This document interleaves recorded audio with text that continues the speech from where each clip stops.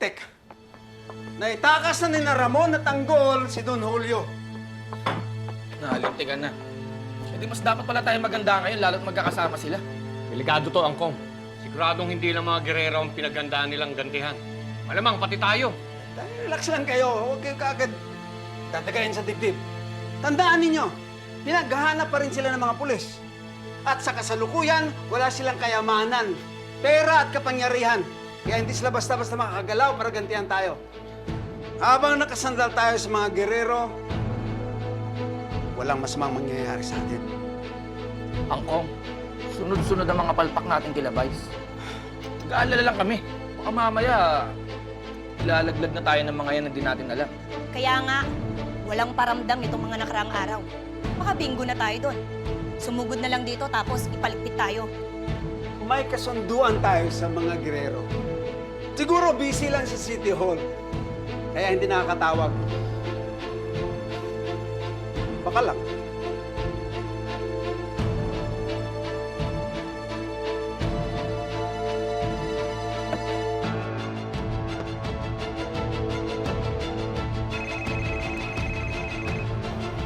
Boss Vice! May bago tayong partner sa negosyo at ikaw ang magiging protektor ng business nila. Ayos yan, Boss Vice! Basta huwag lang droga. Yun din naman kasi yung negosyo ng Red Phoenix. Lucio, wala akong pakialam kung anumang negosyo yan. Pwede niyo man pagsamahin yan. Ang mahalaga, proteksyonan mo ang business nila. Ibibigay ko sa yung address. Puntahan mo, pakita mo ang lakas ng grupo natin. Lucio, nakikinig ka ba? Boss Vice, oo, asahan ninyo ang aming pagdating.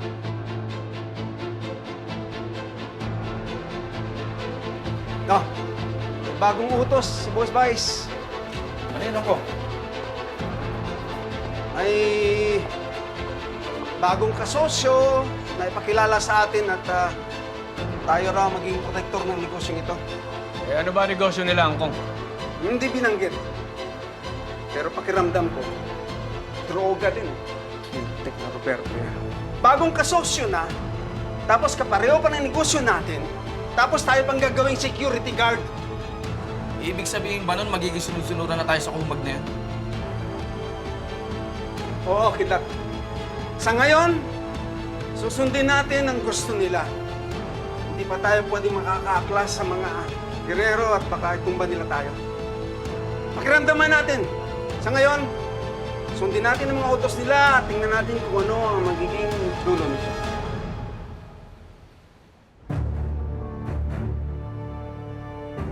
Miss, nakikiusap ako sa'yo. Ibaba mo yung baril mo. Hindi kami susuko sa'yo.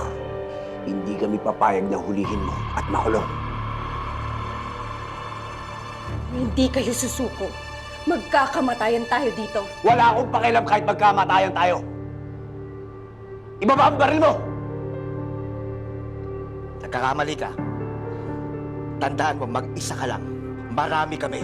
Kahit may isa kang mapatay dito, sigurado ikaw ang bagsak mo ay sa libingan. Mace, maghunos dili ka.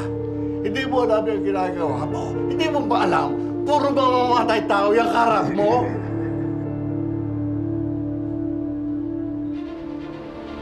Nakikiusap ako sa'yo. Umuwi ka na. Alam kong hindi ka masamang tao. Ayaw ka namin saktan. Pero sana maunawaan mo rin kami kung bakit namin ginagawa to. Meron kaming mga gustong itama at ipaglaban. Sige na.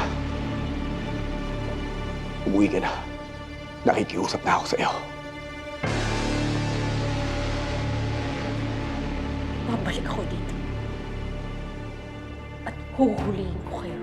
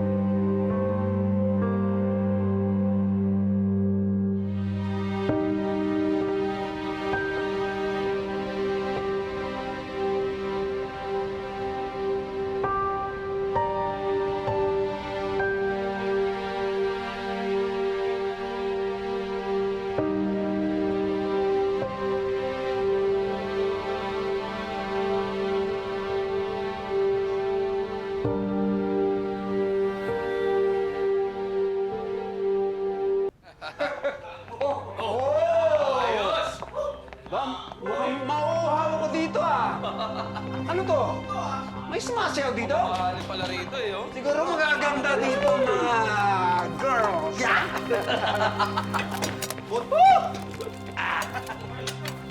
Pahingi nga dyan ng ano, makakain muna o may inom? Hoy! Sino kayo? Uy, pangit na mga babae dito. Akin naman! Akin yung mga baril nyo! Hoy! Subukan mo. Hindi niyo ba kami kilala? Mga bata kami ni Vice. Kung hindi kayo susunod, magsilabas na kayo! Honest to, ah. Ano?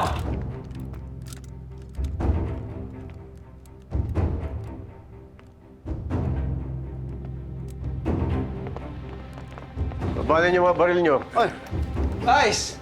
Lucio. Baba. Lucio, Vice. Kilala mo itong mga to? mga tauhan ko yan. Baba mo na yan. Si Angkong Lucio, magiging protector ng negosyo mo at ang laban sa mga Montenegro. Ang aking bagong business partner, si Mr. Spinelli. Ako ang leader ng Red Phoenix. At ikinagagala kong makilala ka, Mr. Ngayon magkakilala na kayo. Ikaw nang bahala kay Mr. Spinelli. Sige na. Tayo na. Vice, sandali lang. Ngayon magkasosyo na tayo, hingi sana ako ng pabor sa iyo eh. May dalawang kaibigan ako na mahalaga sa akin na nahuli ng pulis. Sinubukan kausapin ng abogado ko yung hepe ng Quiapo, pero hindi siya pumayag. Pinagkiapo. Bata ko yan. Si Captain Dimagi pa. Napakalaki ng utang loob sa akin. Magagawan mo naman siguro ng paraan. Importante sa operasyon ko yung mga contact na yon. All my transactions in Asia. Malaga sa'yo. Very. Sige. Nakagawa ko ng paraan. Salamat, Vice. Sige, partner. Partner.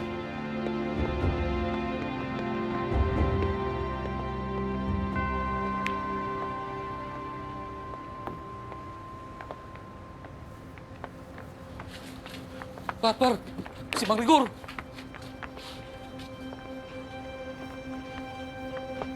Magmanman kayo mabuti. Huwag kayo magpapalata.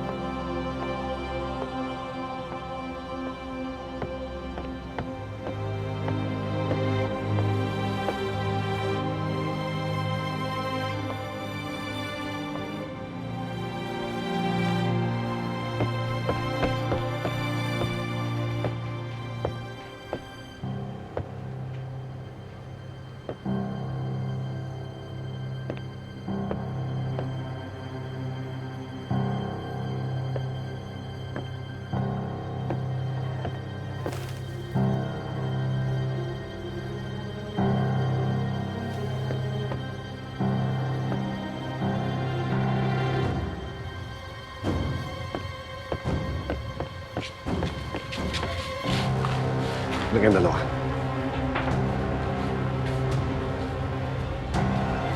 Nasaan si Marites? Sino kumuha sa kanya? Kumaan ba dito sa Tanggol? Hindi po. Hindi po siya pumunta dito. Saan si Marites? Sino nang pataka sa kanya? Hindi po namin alam, Mang Rigor eh.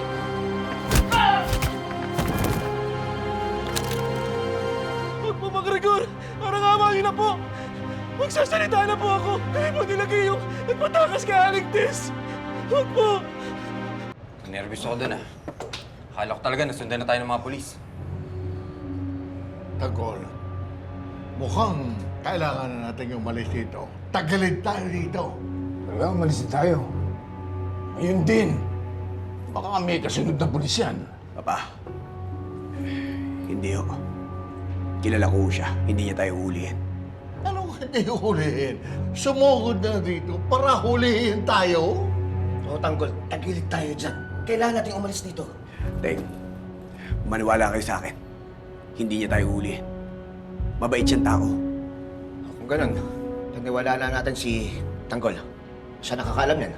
Alam niya kung paano magbasa ng isip ng mga tao.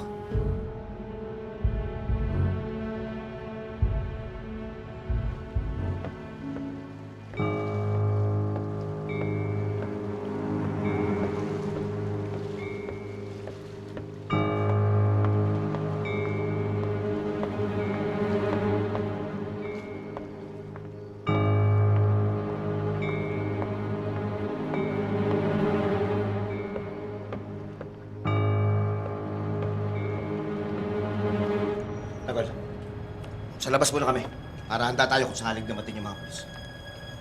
Tara. Paano nakapunta yan dito? Tanggol. Papa, meron po akong hindi ko sinabi sa inyo. Noong isang araw na umalis kayo, umalis din ho ako. Pinuntaan ko si Divina para gumanti sa pagtitrader na ginawa niya sa amin. Kaya lang ho napalaban ako. At sa hindi inaasahan nagkita kami. Iniligtas ko siya. Nung hinahabol kami ng mga kalaban, wala na kaming ibang mapuntahan kundi dito. Kaya nakapag-usap po kami. At sinabi ko sa kanya ang sitwasyon natin. Naunawaan niya tayo. Kaya hindi niya ako hinuli. Maniwala ho kayo sa akin, Papa. Lo, dahil minsan ko na rin nailigtas ang tatay niya.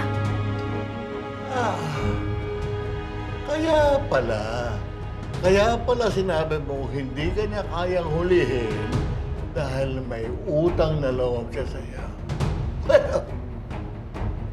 Wala tayong dapat ipangamba.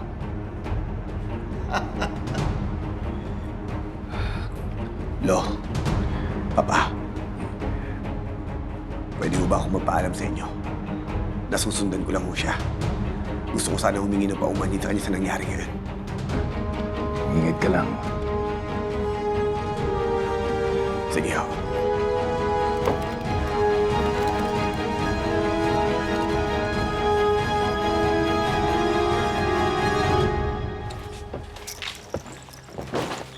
Problema mo, Ponggay? Di mo mahuli si Tanggol. Andun ka na eh! Andun ka na! Ba't matras ka pa? Hoy, Ponggay! Ano ba pinagpuputok ng butsi mo dyan? Kaharap kami ni Tanggol, tsaka ng mga tropa niya. Katutukan kami. Oh, nahuli mo ba?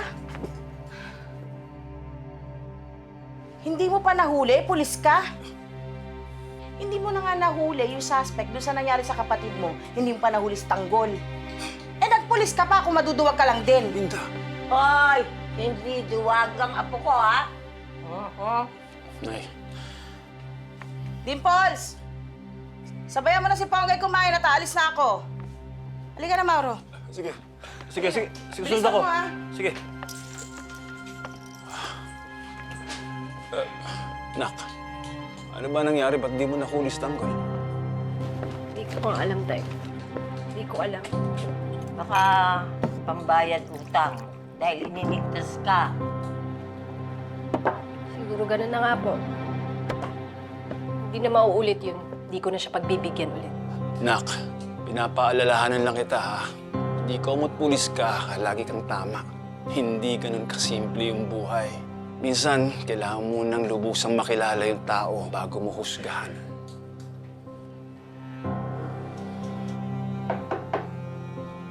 Sino yan? Sino yan, sabi?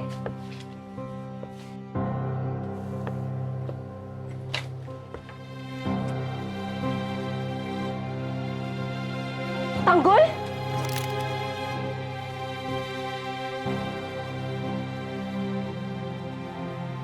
Okay! Anong ginagawa mo dito?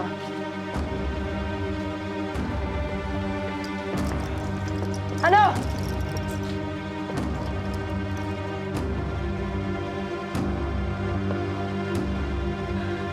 Ponggay, nagpunta ako dito para humingi sa'yo ng paumanhin sa nangyari kanina. Pasensya ka na sa maling inasal namin. Tanggol, alagad ako ng batas. At mali na hindi kita hinuli at mga kasamahan mo. Alam ko. Kaya nga ako nandito para humingi ng paumanin sa'yo eh. Para magpakumbaba. Pulis ako at kriminal ka. At di ba sinabi ko sa'yo, sa susunod na pagkikita natin, huhulihin na kita. At kapag lumaban ka, sisiguraduhin ko sa'yo na paparilin kita. Ponggay.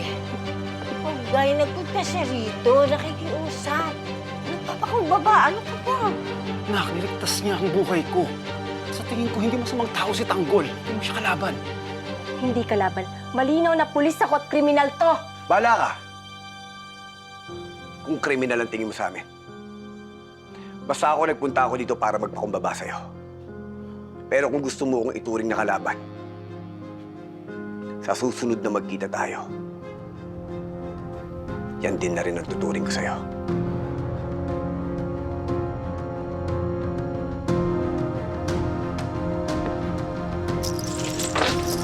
Tanggol! Ponggay, tama na! Tama na! OMG! OMG, si Tanggol ba yun?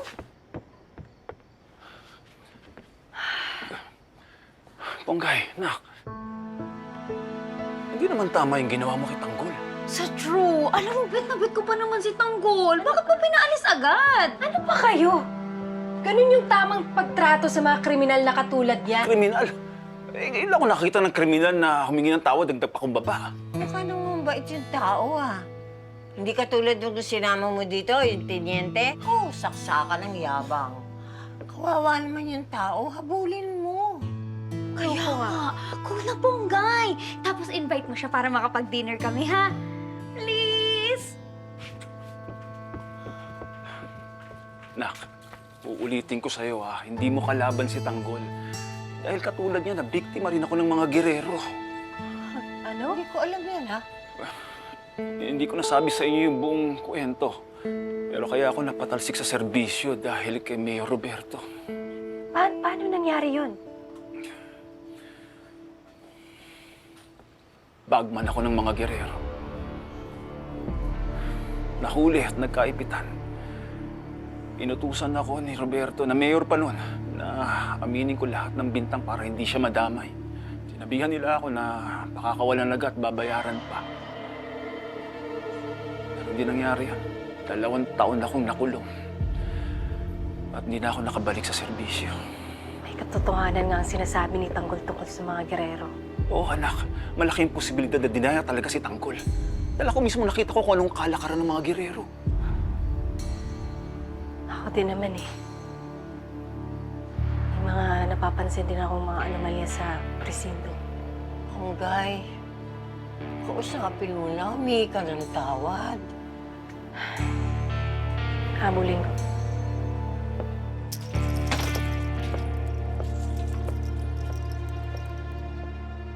Tagal-tagal na nung wala pa ba kayong balita sa tarantadong Mauro na yun?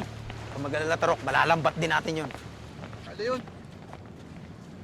Di ba yun yung tumulong kay Mauro nung nagkagulo tayo doon sa beer house? Ayan nga yung Tarok. Yan nga gagawin niya. Tara.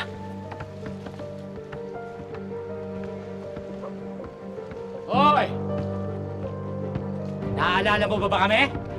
Kami lang naman yung binugbog mo noon dun sa beer house. Ngayon nagkamali ka at bumalik ka pa rito. Dahil hindi ka na makakatawid dyan ng buhay.